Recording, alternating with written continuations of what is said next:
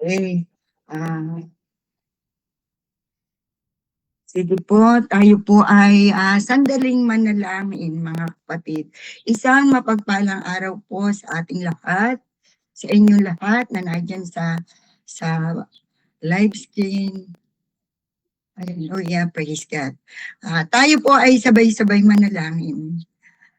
Aming amang Diyos na pinakamakapangyarihan sa lahat, amang walang hanggan, Diyos na makapangyarihan sa lahat, prinsipe ng kapayapaan na magbibigay sa amin lahat ng kapayapaan matapos ang kahangahangang pagpapayong itinuro mo po sa iyong abang lingkod. Loobin mo po na maluwalhati ka at ang lahat ng makaririnig at makakapanood nito ay mapagpala ng tunay na ilaw at buhay na walang hanggan. Ito po ang patawarin mo po kami sa aming mga sala. Gayon din po ay nagpapatawad po kami sa nagkasala sa amin. At patuloy na iadya mo po kami sa lahat ng masama. Ang lahat pong ito'y samot dalangin ko sa makapangyarihang pangalan ng aming tagapagligtas na si Yesu Kristo. Amen. Hallelujah. Praise God. Samahan niyo po ako sa pagbasa sa ating tekstong pagbubulay-bulayan sa araw na ito. At ito po ay matatagpuan natin sa Matthew 6, 22 to 23. Ulitin ko po sa Mateo Kapitulo 6, mga talatang 22 hanggang 23. Sabi po dito, ang mata ang ilaw ng katawan. Kung malinaw ang iyong paningin, mapupuno ng liwanag ang iyong buong katawan. Ngunit kung malabo ang iyong paningin, mapupuno ng kadiliman ang iyong buong katawan. At kung ang iyong ilaw ay madilim, ikaw nga ay tunay na nasa kadiliman. Aming Ama, mabless ka po at maluwalhati sa banal na salita na nahayag sa umagang ito, buhat sa iyo. Magpala ka po ng karunungan sa iyong abang lingkod, buhat sa iyong awaan, kahabagan at kapangyarihan. Itago mo po ako sa iyong banal na likuran at ikaw po ang magpapahayag. Gamitin mo lamang po ako bilang iyong abang lingkod. Sa pangalan ni Jesus, Amen. Tunay po na ang mga tao na walang relasyon at kaugnayan sa Panginoon ay lumalakad sa kadiliman. Napakahirap po lumakad sa madilim sapagkat hindi mo alam kung saan ka patutungo. Subalit dahil sa napakalaking pag-ibig ng ating Panginoon, sinabi niya doon sa John, sabi po ng Panginoon sa John 12:46, ako'y naparito bilang ilaw ng sanlibutan upang ang manalig sa akin ay huwag manatili sa kadiliman. So may puntos lang po tayo na tunay na ang mga tao ay mayroong physical na kadiliman at spiritual na kadiliman sa buhay. Kung wala pang tunay na relasyon sa ating Panginoon at hindi konektado ang buhay mo sa Kanya, sapagkat pinatunayan po ito doon sa ating binasang teksto na tunay na sabi ang ating mata ang ilaw ng ating katawan. So, itong mata ay pang-physical na liwanag sa ating buhay physical. But once na wala tayong kaugnayan sa ating Panginoon, ay nananatili pa rin ang ating buhay sa kadiliman. Sapagkat pinatunayan ito ng ating Panginoon na ang tao ay nasa kadiliman dati. Nagkaroon lamang tayo ng tunay na liwanag sapagkat ang ating Panginoon ay nag-alay ng kanyang buhay para sa atin. Sabi niya sa John 3:16, gayon na lamang ang pag-ibig ng Diyos ng ating amang nasa langit sa sanlibutan na tayo ang tinutukoy dito, na sabi niya ay ipinagkaloob niya ang kanyang bugtong na anak upang ang sino mang sumampalataya sa kanya'y di mapahamak kundi magkaroon ng buhay na walang hanggan. Tunay na ang walang relasyon, koneksyon sa ating Panginoon dati ay lumalakad sa kadiliman. Salamat sapagkat naparito ang ating Panginoong Hesus bilang ilaw ng sanlibutan upang ang manalig sa Kanya ay huwag manatili sa kadiliman. So napakaliwanag ng sinabi ng ating Panginoon na dati nasa kadiliman ang mga taong walang pananampalataya sa Diyos. May dalawa lamang po ditong dapat gawin ang mga tao na nasa sanlibutan upang sila'y makatanaw at magkaroon ng liwanag sa buhay.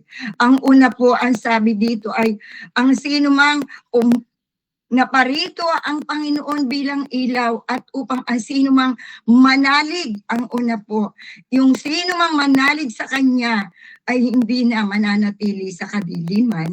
At ang sabi po sa John 8:12, may isa pa pong dapat gawin ang tao. Ang sabi dito muling nagsalita ang Panginoon. Ang sabi ng Panginoong Hesus, ako ang ilaw ng sanlibutan, ang sumusunod sa akin ay magkakaroon ng ilaw sa kanyang buhay at di nalalakad sa kadiliman. So, ang ibig sabihin, once na tayo ay nanalig sa ating Panginoong Hesus, meron tayong gagawin. Kailangan ay sumunod tayo sa ating Panginoong Hesus sapagkat ang sabi niya, ang umiibig sa akin ay sumusunod sa aking mga kalooban.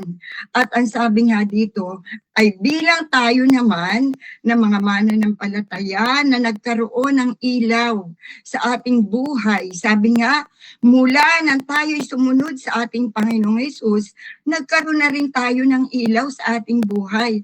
So dapat meron din tayong gagawin sapagkat dapat hindi na tayo lumalakad sa kadiliman. Sapagkat ang sabi nga sa Matthew 5:14 to 16, ang sabi po sa Mateo, Kapitulo 5, mga talatang 14 hanggang 16, kayo ang ilaw ng sanlibutan. So, ibig sabihin, ay tunay na mayroon na tayong liwanag sapagkat nagkaroon na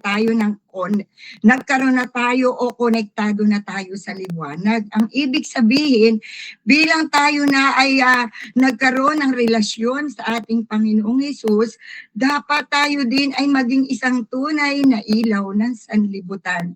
At ito ang sabi ng Panginoon, kayo ang ilaw ng sanlibutan. At ang sabi niya, ang isang lungsod na nakatayo sa ibabaw ng burol ay hindi maitatago. Tayo yon. Dapat nakikita ang liwanag natin bilang tayo ay ilaw na din ng sanlibutan. Nagkaroon tayo ng ilaw sa ating buhay na hindi na tayo lalakad sa kadiliman sapagkat walang taong nagsisindi ng ilaw pagkatapos ay inilalagay iyon sa ilalim. Sa halip, ilalagay iyon sa talagang patungan upang maliwanagan ang lahat ng nasa bahay. Okay, so bilang tayo ay ilaw na ng sanlibutan, dapat tayo ay nagliliwanag. Ang sabi ng ating Panginoon, gayon din naman, dapat ninyong paliwanagin ang inyong ilaw sa harap ng mga tao upang makita nila ang inyong mabubuting gawa at papurihan ang inyong amang nasa langit. So, once na nakikita sa atin ang liwanag, buhat sa buhay na liwanag galing sa ating Panginoon, papupurihan at maraming magpupuri sa ating Panginoon.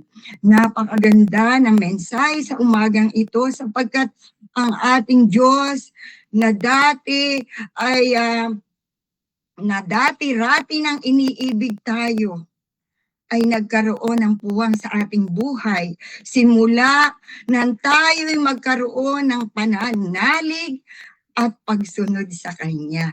At ito po ang isang magandang halimbawa na dapat taglayin ng isang tunay na Kristiyano. Ang sabi nga po sa atin ay napakaliwanag ng payo sa atin ng ating Panginoon. Sabi po sa Efeso 5:7 ay kaya't huwag na kayong makisama sa kanila.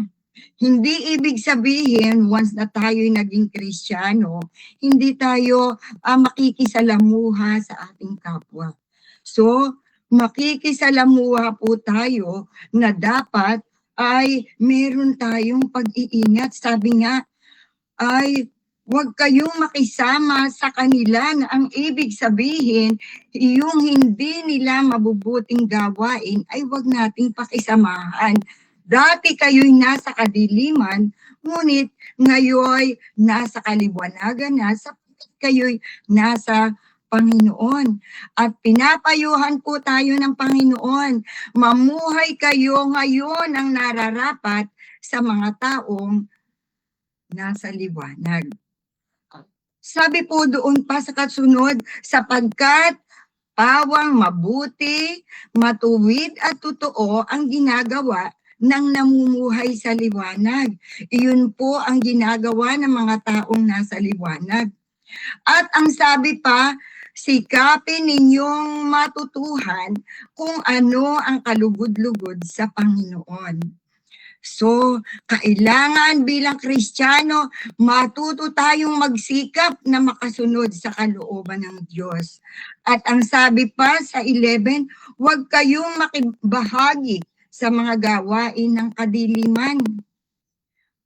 Napakaganda ng ipinapayo sa atin ng Panginoon. At alam ko na ito ay para sa ating ikabubuti. Ang sabi niya, huwag kayong makibahagi sa mga gawain ng kadiliman na walang ibubungang mabuti.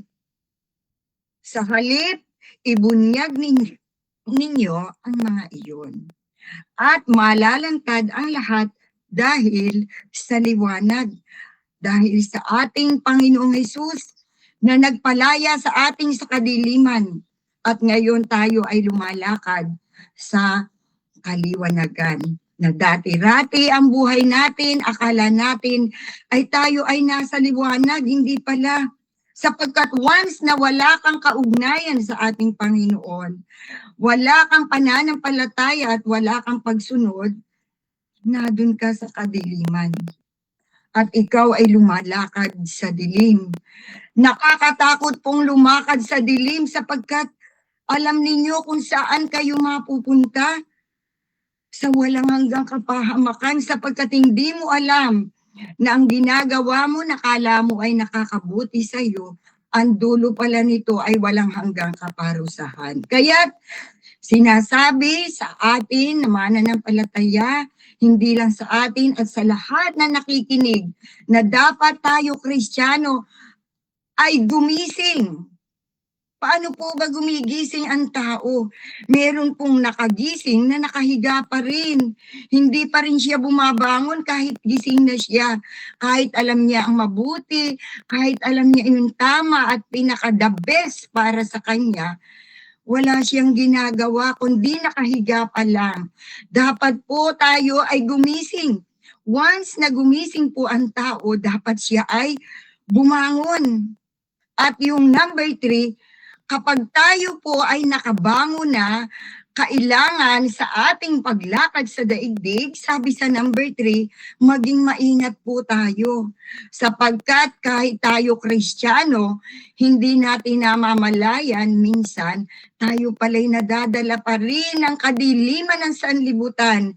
So maging handa po tayo lagi sapagkat ang ating kaaway ay laging umaalulong sa ating paligid na ito ay nakahandang manila. Especially yung mga Kristiyano, ang nais niyang silain sapagkat alam niya na tayo ay naroon na sa liwanag na ating ngayon nilalakaran. Kaya dapat, sabi nga sa number 3, ay tayong mag-ingat. At number 4 ay mamuhay na may katalinuhan. So, dapat tayo maging matalino upang ipagmalaki tayo ng Diyos. Ang sabi niya sa isang bahagi ng kasulatan, "Aking anak, maging matalino ka upang malugod at matuwa ako sa iyo." So nais ng Diyos na wag tayong tumulad sa mga mangmang na lumalakad sa kadiliman. At ang number 5 ay mamuhay ng may kabutihan. At ako'y naniniwala na mula ng ating tanggapin, magkaroon tayo ng relasyon sa ating Panginoon, alam natin kung ano yung kabutihan na dapat ito ang ating ipinamumuhay. At ang sabi sa number 6, laging magpuri sa Diyos sa pamamagitan ng pag-awit ng mga salmo, mga imno.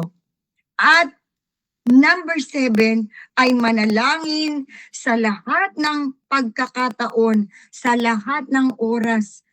Ang ibig sabihin ng Panginoon dito, nais niyang lagi tayong may koneksyon sa Kanya. Dapat tayo ay konektado upang sa ganon, yung mahina nating laman na laging nakaabang pa ang dyablo ay maging malakas sapagkat ang sabi ng Panginoon ay mahina ang ating laman. Ngunit nakahanda ang Espiritu ng Diyos upang yung ating kahinaan ay ating mapagtagumpayan sa pamamagitan ng liwanag na tumatanglaw sa ating mga daan patungo sa buhay na walang hanggan. At ang sabi sa ating pananalangin, huwag nating kalimutan ang magpuri, magpasalamat, magtiwala na ang ating Diyos kailanman hindi tayo iiwan, hindi tayo pababayaan, lalo't maganda ang layunin ng ating mga puso. Sapagkat ang Diyos nakatingin sa ating mga puso, nakatingin sa ating buhay, nakatingin sa ating motibo. Ano ba ang motibo mo? Bakit ka gumagawa ng kabutihan? Anong motibo mo? Bakit ka bumangon? Bakit ka gumising? Bakit ka nag-iingat? Alam ng Diyos kung paano niya tutugunan ang lahat ng ating mga pangangailangan. Huwag lang po tayong tumigil. Sabi nga, pray without ceasing. Sapagkat tunay na yan ang ating sandata upang mapaglabanan natin ang lahat ng gawa ng dyablo at yung lahat ng ating idinalangin, dapat pinapaniwalaan natin. Sayang lang kung tayo nanalangin makatapos, nag-isip pa rin tayo. Totoo kaya yun? Kaya nakakalungkot na minsan yung ating mga dalangin hindi umaabot sa atin sapagkat hindi natin ito pinaniniwalaan. At higit sa lahat, dapat malinis ang ating puso sa paglapit sa Panginoon. Alisin natin yung mga bondage na nadito upang ang lahat ay dumaloy sa atin ng tuloy-tuloy. At sabi po doon sa ating napakagandang teksto na tayo na mga anak ng Diyos na nakatanggap ng liwanag, ito'y maibahagi natin sa ating buong sambahayan, sa ating lahat ng pinupuntahan. Sa oras man o hindi oras ang sabi ng Panginoon, ihayag natin ang kabutihan ng Diyos. Tunay na magsilbi tayong ilaw ng sanlibutan sapagkat ang ating Diyos ang tumatanglaw sa ating mga buhay. Sabi nga po sa 2 Corinthians 5:17, kapag ang isang tao ay nakipag-isa kay Kristo, isa na siyang bagong nilalang. Wala na ang dating pagkatao at ang lahat ay pawang bago na. So, once na tayo ay naliwanagan na ng ating Panginoon, kailanman ang liwanag ay hindi magagapi ng kadiliman. At ito lang po, nawa po, ito po ay nagsilbing liwanag sa puso at isipan ng bawat isang nakikinig. Nais ng Diyos na tayo ay lumakad sa liwanag, katulad ng ating Diyos na siya ang tunay na ilaw ng sanlibutan at bilang tayo ay mga anak ng Diyos, dapat tayo din ay maging ilaw ng sanlibutan. Sa pangalan ni Jesus, ni Jesucristo, ang aming Panginoon at tagapagligtas, sa Kanya po ang papuri at pasasalamat. Tayo po ay manalangin. Samahan niyo po ako sa pananalangin sa umagang ito. Aming Ama, aming Diyos na pinakamakapangyarihan sa lahat. Salamat po na ang aming Diyos ng kalangitan ay bumaba upang kami ay abutin na kami na dating nasa kadiliman ay magkaroon ng kaliwanagan dahil sa iyong biyaya, sa iyong kabaan, sa libreng handog mo po sa amin na buhay na walang hanggan, na ginawa mo po dun sa krus ng Kalbaryo. Maraming salamat po na hindi namin kayang iligtas dati ang aming sarili, na kami laging nasa kadiliman lumalakad. Ngayon, kami po'y nagtitiwala na kami na ay na lumalakad na po kami sa liwanag, sapagkat tunay na pinagkalooban mo na po kami ng ilaw sa aming mga buhay. Loobin mo po na ang lahat ng nakikinig, ang lahat na nakarinig ng iyong mensahe ay makatanggap ng liwanag, buhat sa iyong kapangyarihan. Hinihiling po namin ang lahat ng pamunuan ng aming iglesia. Gayon din po kay Bishop Mon Almonte, sa lahat ng mga pastor, sa lahat ng mga opisyales na iyong itinatag. Loobin mo po na ang pagkasi ng iyong Espiritu Santo, ang pagtatagpo nito sa aming mga buhay, ay manatili hanggang sa iyong muling pagbabalik, Panginoong Hesus. Loobin mo po na kami na nakatanggap ng liwanag buhat sa iyo ay magliwanag hanggang sa iyong muling pagbabalik, Panginoong Hesus. Inaasahan ko po na ikaw ay kasama namin mula pa noon hanggang ngayon. Purihin ka. Salamat po. Salamat po. Kilala mo po lahat ng iyong mga anak, sapagkat kami ay nagtitiwala na ikaw ang pinakamakapangyarihan sa lahat. Ikaw ang aming Diyos na omniscient, omnipotent at omnipresent, na wala na po kaming sasabihin pa sa iyo kundi maraming salamat po sa iyo. Sa iyo po namin pinagtitiwala ang lahat-lahat, sapagkat alam po namin na sa iyong mga kamay kami mayroong katagumpayan at mayroong kaligtasan. At ang lahat kong ito'y aming hinihiling ng may papuri, ng may pasasalamat at pagtitiwala, sapagkat hinihiling po namin sa makapangyarihang pangalan ng aming Panginoong Jesucristo. Amen. Amen. At isang mapagpalang umaga po muli sa lahat. Sa Diyos po ang papuri. Amen.